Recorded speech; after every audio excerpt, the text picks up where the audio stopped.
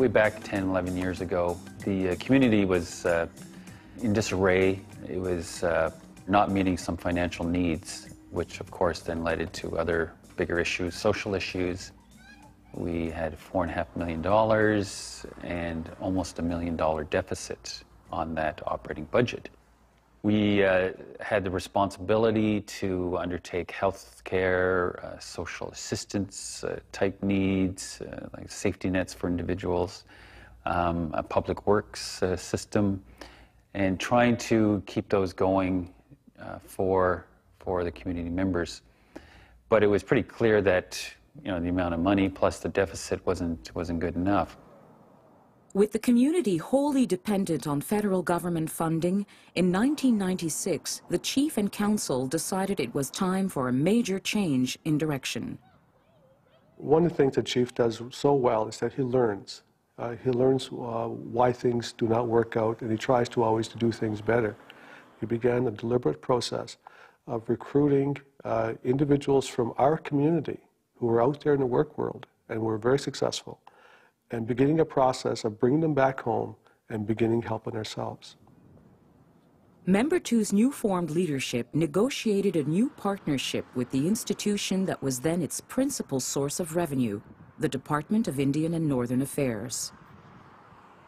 Once we had those individuals on board in our community, then we began doing some targeted training and say, well, what things are we doing now that are we contracting outside or letting outsiders do?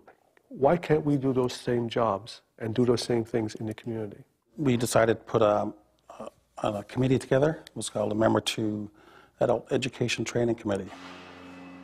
The community redirected some of its social assistance funds to specific training and general education. The acronym STAIRS is actually Socials Training Assistance Initiative Reinvestment Strategy. STAIRS actually reinvests our welfare savings in a manner where it will benefit the social assistance client in education, training, skill development, and help them gradually get off welfare and decrease social dependency and increase self-sufficiency. Fortunately, Membertou had a strong background of university-bred community members who were bringing home. That context was already set. And once we brought those individuals home, it just started, it was a catalyst for utter change because these individuals knew what education and training can do. In the year 2000, the community's management system was certified ISO 9001. And right off the bat, then companies started to approach us more because they didn't fall into the trap of, following the line that, well, all First Nations are this. Usually negative is the next part of that sentence.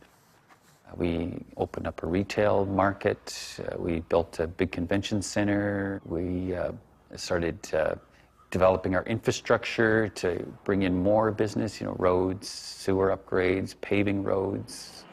And we were financing these things ourselves through the dollars we were achieving. Back in, I think it was around late 90s, it went something like 6.2 million to 9 million to 11 million, 12 million, and then 21 million, 45 million, 55 million, 65 million, and then today we're at 75 million in revenue. Looking to its future and based on the same strategy of self-determination and self-sufficiency through education and training, Membertou built, staffed, and equipped its elementary elementary school. Part of that, of course, is culture. Part of that is community values. But a big part of it is language. A Mi'kmaq person who can speak the language has a firm grasp of who they are and their heritage and their culture and themselves as a people. We have wireless laptop computers in our elementary school, and these children learn the technology right in their school desk.